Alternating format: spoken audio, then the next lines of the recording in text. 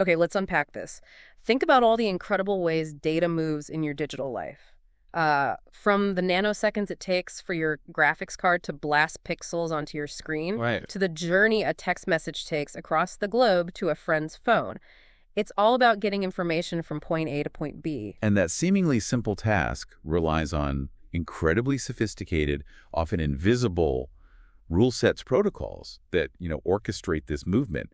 Without them, it would truly be digital chaos. We're diving deep today into two fundamental pillars of this digital connectivity, protocols that are absolutely essential yet designed for fundamentally different worlds, PCI Express and Ethernet. Yeah, two big ones. We've pulled together a stack of material here, articles, analysis that really gets into the guts of these two crucial standards.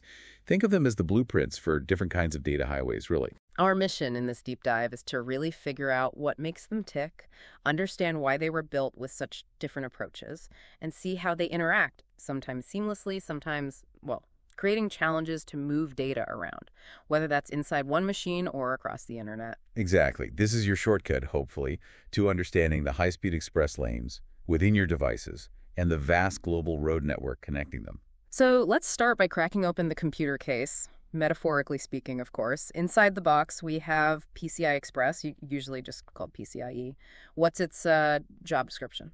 At its core, PCIe is the standard for connecting high-speed components within a single computer system. It's a successor to older technologies that were running out of steam, like the original PCI and AGP buses. Okay. Its primary goal is to give internal devices like graphics cards, high-speed storage drives, network adapters, a direct fast path to the processor and memory. Okay, so when you plug that powerful new graphics card or a super fast NVMe SSD into your motherboard, you're plugging it into a PCIe slot.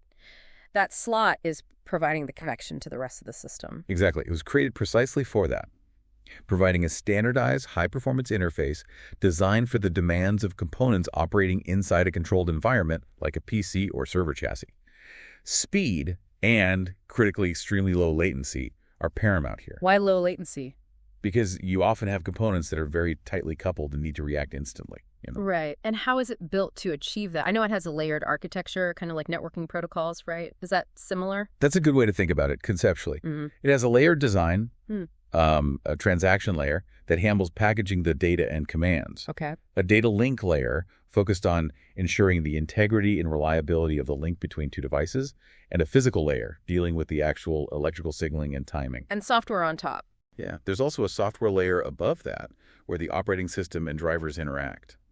This layering helps manage the complexity and builds robustness into the internal communication, which is crucial even over short distances at these speeds. A key difference from older buses was moving away from shared connections, wasn't it? Absolutely. That's fundamental to PCIe's performance. It uses a point-to-point topology. Meaning? Instead of multiple devices sharing one communication line, like cars stuck in traffic on a single road, each PCIe device gets its own dedicated link, typically connected directly to the CPU or through a central switch. So it's less like a highway with merges and potential bottlenecks and more like a system of private express lanes connecting components directly. Precisely. That dedicated path means there are no collisions or waiting for other devices to finish transmitting. Yeah. And that lane is the basic unit of connection. It's a pair of differential signal wires for sending data and another pair for receiving data. To two-way traffic. Exactly, giving you full duplex, simultaneous communication in both directions. And you can combine these lanes for more speed. I see those by 1 by 4 by 16 numbers. That's its scalability. You see slots marked by 1 by 4 by 8 by 16. And by 16 slot, common for graphics cards, bundles 16 of these lanes together, multiplying the available bandwidth. And they figure out how many to use. Yeah, the device and the system negotiate the best speed and number of lanes to use when they connect. It's called link training. The signaling is high-speed serial, and it uses differential signaling. That helps reject noise, right? Which must be important inside a noisy computer case. Very important, especially at these speeds. Data travels in packets, too. Transaction layer packets, or TLPs, carry the actual data or commands. And data link layer packets, DLLPs, handle things like acknowledgments and flow control, ensuring the connection stays healthy. And that negotiation you mentioned, the link training, that happens automatically. Yeah, when you boot up or insert a hot pluggable device, the system and device handshake to establish the most reliable, fastest link possible between them. PCIe has been evolving at a blistering pace. It feels like there's a new version every couple of years. It really has. We've gone from the initial generations to PCI 5.0 being common now, with 6.0 standardized and 7.0 already on the horizon, projected for, 2025. Wow. And each generation roughly doubles the per-lane bandwidth. And that speed doubling isn't arbitrary. It's directly driven by the demands of faster peripherals, isn't it? It's a classic co-evolutionary cycle, really. As GPUs get more powerful, as NVMe SSDs get faster, they need a faster way to move data into and out of the CPU and memory. So PCIe has to keep up. Or becomes the bottleneck within your system. To give you some numbers, a PCIe 3.0 lane offers about 1 gigabyte per second of bandwidth in one direction. PCIe 5.0 bumps that to about 4 gigabytes per lane. So that by 16 slot on PCIe 5.0, what does that give you? You're looking at around 64 gigabytes unidirectional bandwidth on a by 16 link. Massive. And PCIe 7.0 is targeting a massive 256 gigaboost per by 16. This kind of speed is needed for things like next-gen AI accelerators and incredibly fast network cards, like 1.6 terabit Ethernet cards. Okay, so summarizing PCIe's strengths inside the box. High bandwidth, yes, but crucially, that extremely low latency. We're talking hundreds of nanoseconds to a few microseconds. Essential for applications that need real-time access to hardware. Seriously fast. Scalability by adding lanes, quality of service features, power management, hot plugging support, and that guaranteed dedicated bandwidth per device. It's purpose-built for speed and efficiency over very short, trusted distances. Perfectly put. Okay, so that's the super fast, low latency world inside the computer. But what about connecting that computer to the rest of the world? That's where we encounter Ethernet. Most people have seen or used an Ethernet cable. What exactly is it doing? Well, Ethernet is the bedrock of wired networking, the dominant technology for local area networks or LANs, and absolutely critical to the broader network fabric, including the internet. Its core purpose is fundamentally different from PCIe. How so? It connects separate independent devices so they can communicate over potentially much larger distances. Think connecting your PC to your router or servers in a data center. It's got a long history, right? Started back at Xerox PRs in the 70s, and it's just kept adapting, which is pretty amazing. Its longevity is remarkable, largely due to that adaptability. Like PCIe, we can understand it through layers, though Ethernet primarily lives at the physical layer, layer 1, and the data link layer, layer 2, of the standard networking models, like the OSI model. Layer 1, the physical layer, that's about the nuts and bolts, the raw electrical signals, the cables. Copper Cat5e, Cat6, Cat8, or fiber optic. Right, various types of fiber optic cables too. And the familiar RJ45 connectors. And determining how far you can send a signal. It supports a huge diversity of physical connections, far more than PCIe. Way more flexible physically. Definitely. Then layer 2, the data link layer, handles framing the data into usable chunks, using physical addresses to identify devices, detecting errors, and managing access to the, originally shared medium. It has sublayers like the Logical Link Control, LLC, and Medium Access Control, MAC. The MAC sublayer, that's where those MAC addresses live. Exactly. Ethernet packages data into frames. These frames include important fields like a preamble and startup frame delimiter to sync up, and critically, the destination and source MSC addresses. Which are unique hardware addresses. Unique 48-bit hardware identifiers assigned to every network interface card in the world by the IE. They're like a device's permanent serial number or, postal address on the local network. Okay. What else is in the frame? The frame also contains the ether type or length field, which tells the receiving device what kind of data payload is inside, like an IP packet, for instance, the data itself, and a frame check sequence, FCS, at the end for error detection. Error detection, not correction. That seems different from PCIe. Correct. If an Ethernet frame arrives and the FCS check fails, indicating corruption, the frame is typically just discarded. Error correction and retransmission responsibility is usually pushed up to higher layers. Like TCP. Exactly, like the TCP protocol, which operates above Ethernet. This is a design choice reflecting the less predictable nature of networks compared to internal buses. You expect more errors over longer distances or complex paths. Ethernet network structures have also evolved dramatically. It started with a shared bus, like everyone on one party line, didn't it? Yes, the old coaxial cable days. And that required a mechanism called CSM man-made carrier sense, multiple access with collision detection. Devices had to listen before transmitting and back off if a collision occurred. Kind of messy. It was slow. It limited things. But the transition to modern switch networks where devices connect directly to an Ethernet switch was revolutionary. The switch creates dedicated links between ports, eliminating collisions and enabling full duplex communication for virtually all devices. So that's like going from that party line to everyone having their own dedicated phone line connecting to a central exchange. Much better. Precisely. That move to switch to Ethernet fundamentally boosted performance and scalability, enabling today's much higher speeds. It was a huge leap. And speaking of speeds, Ethernet standards have marched steadily upwards from the original 10 megabits per second. Oh, yeah. Through 100 Mbps, 1 gigabit, 10 gigabit, and now in data centers, 100, 400 gigabit Ethernet are common, with 800 gig and even 1.6 terabit speeds being deployed or on the roadmap. It just keeps getting faster. And the cabling choice is vital here, impacting both speed and distance. You can get 1 gigabit over standard Cat5e copper up to 100 meters. Right. Pretty standard for offices and homes. But for 10 gigabit or higher over longer distances, you're typically using fiber optic cables, right? Which can span kilometers. Yeah, single-mode fiber can go quite far. The flexibility in media and distance is a key strength of Ethernet. So Ethernet's big advantages for connecting things between systems. Let's recap. Well, ubiquity and standardization are huge. It's the most widely used wired networking standard globally, ensuring devices from different vendors can actually talk to each other. That interoperability is key. Makes sense. Scalability, from tiny home networks to massive corporate and data center networks. Cost effectiveness, especially with copper wiring. Flexibility in supporting diverse media and distances. And in modern switch networks, it offers improved reliability and security through dedicated links and features like VLANs. And relatively easy to manage. Generally, yeah. Plus, it's relatively easy to install and manage compared to some other networking technologies.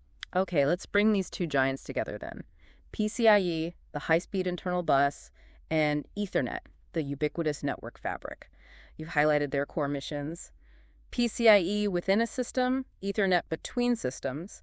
How does that fundamental difference drive all the technical distinctions we've discussed? It really comes down to their operating environments. PCIe is built for a highly controlled, trusted environment over very short distances inside a single chassis. Components are tightly coupled, they share power, timing, a common operating system. They can assume things about each other. Right, like a close-knit team. Exactly. Ethernet is built for a potentially unpredictable, untrusted environment, connecting discrete, independent systems over various distances, possibly across buildings or even the world. Interoperability and robustness across that diversity are key. It has to work between completely different machines running different software. And you see this contrast perfectly in a network interface card, a NIC. You mentioned that earlier. Absolutely. NIC is the ultimate bridge. On one side, it uses PCIe to talk into the computer, transferring data packets rapidly to and from the CPU and memory, leveraging PCIe's high bandwidth and incredibly low latency. Needs that speed to keep up. It does. Then, on the other side, it speaks Ethernet to talk out to the network, dealing with framing, MSC addresses, physical media, and potentially higher layer network protocols like IP and TCP. It's translating between those two worlds. Physically and logically, they approach things so differently. PCIe is hyper-optimized electrical signaling over copper traces on a circuit board or very short specialized cables, with devices negotiating fixed high-speed links. Very specific. Right. Ethernet supports a huge variety of physical media. Copper wires, fiber optic cables designed to work over much longer distances, dealing with potentially more signal degradation and relying less on tight physical coupling. It's much more varied. And logically, you mentioned memory mapping for PCIe. Yeah, logically, PCIe uses a system's memory-mapped I/O, MMIO, or port-based addressing. It's designed for direct, efficient read-write access to hardware registers and memory locations within a single unified address space, perfect for tightly coupled components in a trusted system. Feels very direct. It is. Ethernet uses frame-based messaging with MFI addresses and often IP addresses on top of that for communicating between separate independent systems that don't share memory or direct hardware access. It's sending messages, not directly accessing memory. And that latency difference we talked about, nanoseconds for PCIe versus microseconds or even milliseconds for Ethernet, that really hammers home the difference. That is a direct consequence of these design philosophies and environments. PCIe is a direct path, minimal overhead hardware-level communication. Ethernet frames have to travel through network stacks, potentially switches, routers, queues, and deal with error checks and flow control, designed for a less predictable network. All that extra stuff adds time. Exactly. The overhead needed for robust networking adds latency compared to the streamlined requirements of a trusted bus. Speaking of overhead, Ethernet frames carry more protocol information than PCIe packets, especially when you factor in the full network stack on top, like IP, TCP, or UDP. They have to. Ethernet and the layers above it needs more overhead to provide crucial network services like routing across complex topologies, reliable data delivery across potentially lossy links, and managing traffic flow between independent systems. PCIe, operating in that trusted local environment, can use much leaner protocols because many of those networking challenges just don't apply inside the box. And their error handling is a great example, too. You said PCIe has robust link-level flow control and can retransmit packets if the link layer detects an issue. Yes, that's possible because it's a short, dedicated, high-trust link. If a packet gets garbled, the hardware can often detect it and ask for it again very quickly. But Ethernet? Ethernet, dealing with potentially long or shared paths, focuses on error detection at layer 2, remember, just discarding bad frames. It largely leaves reliability, the actual retransmission, to higher layers like TCP, which can manage retransmissions end-to-end across the entire network path, not just hop by hop. So you mentioned something about an impedance mismatch between them in the source material. What's that mean here? Right. This term describes the fundamental difficulty in trying to make one protocol do the job of the other. Their designs are optimized for such different domains that simply putting Ethernet where PCIe should be, or vice versa, creates huge inefficiencies. There's a mismatch in how they operate. Like trying to use Ethernet to connect a GPU directly to the CPU. Precisely. The overhead and latency would be cripplingly high compared to PCIe. The GPU needs that ultra-low latency, memory-mapped access PCIe provides. It wouldn't work effectively at all. And the other way around, using PCIe for networking. Conversely, trying to use raw PCIe to build a wide area network, you'd completely lack the necessary features for routing, addressing independent systems across arbitrary networks, flow control over varying distances, error recovery across untrusted links, all the things Ethernet and IPTCP handle. It just doesn't have that networking DNA. They are truly purpose-built, each king in its own domain. So let's look at specific examples where you see PCIe dominating. Inside the box, obviously. Inside the box, anything that needs very high speed or very low latency. Graphics cards, number one, they need to shovel massive amounts of texture data and computed results back and forth constantly. Yeah, huge bandwidth needs there. NVMe SSDs need PCI speed and low latency to unlock storage performance far beyond older interfaces like SATA. High-speed network interface cards, like those 100 gigabit or faster Ethernet NICs we mentioned, need a PCIe connection at least as fast as the network link they're trying to support. Otherwise, the PCIe bus is the bottleneck. Exactly. Also, RAID controllers, high-performance sound cards, capture cards, and increasingly accelerators for AI, machine learning, and high-performance computing. These all rely heavily on PCIe to get data in and out quickly. It's also the backbone connecting the CPU to the chipset and other core components on the motherboard. And that drive to PCI 7.0 you mentioned is specifically linked to the demands of those emerging fields like AI accelerators and the need to handle, say, 800 gigabit or even 1.6 terabit Ethernet speeds hitting the system. Absolutely. PCI's evolution is directly tied to the capabilities of the fastest internal peripherals. Yeah. It's an arms race. They push each other forward. Now, Ethernet applications connecting things between boxes, where do we see it everywhere? It feels like Well, everywhere. Oh, everywhere is right. Your home network, office networks, campus networks, that's classic LAN. The entire internet infrastructure relies heavily on Ethernet, from your ISP connection right into massive data centers and internet exchange points where different networks meet. Data centers must be huge users. They are perhaps the most dramatic example. Huge fabrics of Ethernet switches connecting thousands upon thousands of servers and storage arrays at 100, 400 gigabits per second and climbing. Industrial automation uses specialized versions of Ethernet, like Ethernet IP or Profinet, for reliable control systems. Yes. Voice over IP, video conferencing, smart TVs, gaming consoles, many higher bandwidth IoT devices like security cameras that often use power over Ethernet, PoE, to get power and data over the same cable. If it plugs into a wired network jack, it's almost certainly Ethernet. It sounds like in high-performance systems, particularly servers or workstations with very fast network connections, both PCIe and Ethernet performance are critical. You can't just focus on one. They absolutely are. And they create a potential bottleneck point, as we touched on. Yeah.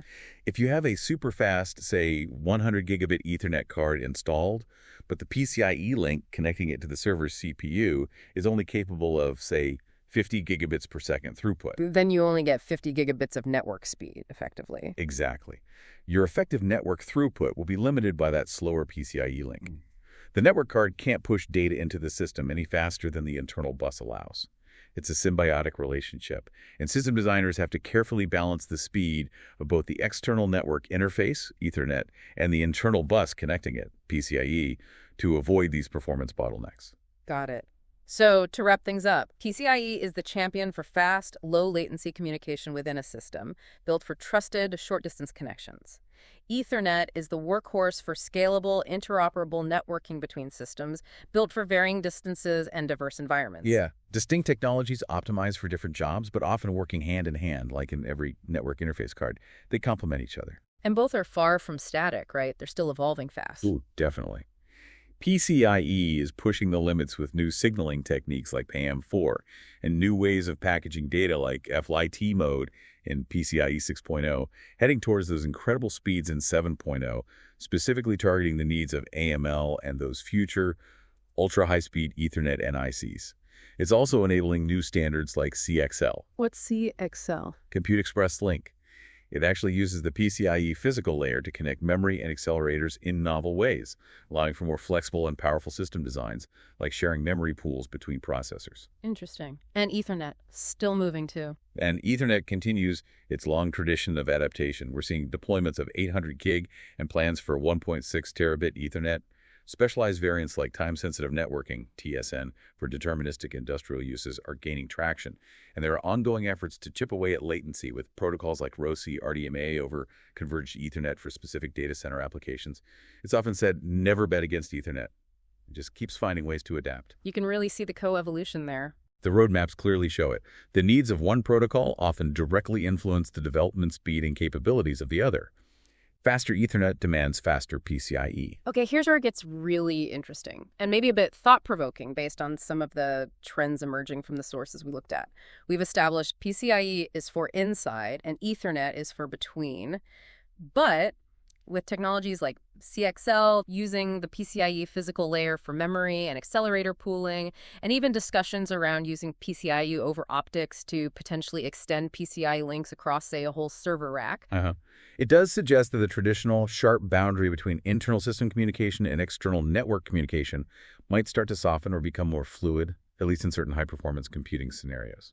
So could an extended PCIe fabric, leveraging its inherent low latency advantage, eventually find specialized roles competing with or maybe complementing traditional network protocols like Ethernet or maybe InfiniBand for some short-reach internode communication, like within a rack? Making the rack act more like one giant system. Yeah, effectively treating a rack of servers less like individual systems connected by a network and more like one giant interconnected pool of resources communicating via a PCIe-based fabric. It's a fascinating architectural question. The trade-offs would be significant, of course, given those fundamental differences we discussed. The higher overhead needed for general networking versus PCIe's streamlined approach, the centralized nature of PCI's control, the root complex versus Ethernet's distributed model, and how error handling scales across multiple independent machines. So it wouldn't replace Ethernet everywhere, obviously. Oh, absolutely not. It certainly doesn't mean Ethernet is going anywhere for the vast majority of networking needs. But does it open up new possibilities for how we design high-performance systems and their communication fabrics by extending that low latency strength of PCIe slightly further than we traditionally have, maybe blurring the lines a bit? It's definitely something interesting to mull over as these technologies keep pushing the boundaries, isn't it? For sure. The lines might get fuzzier in the future, especially at the high end.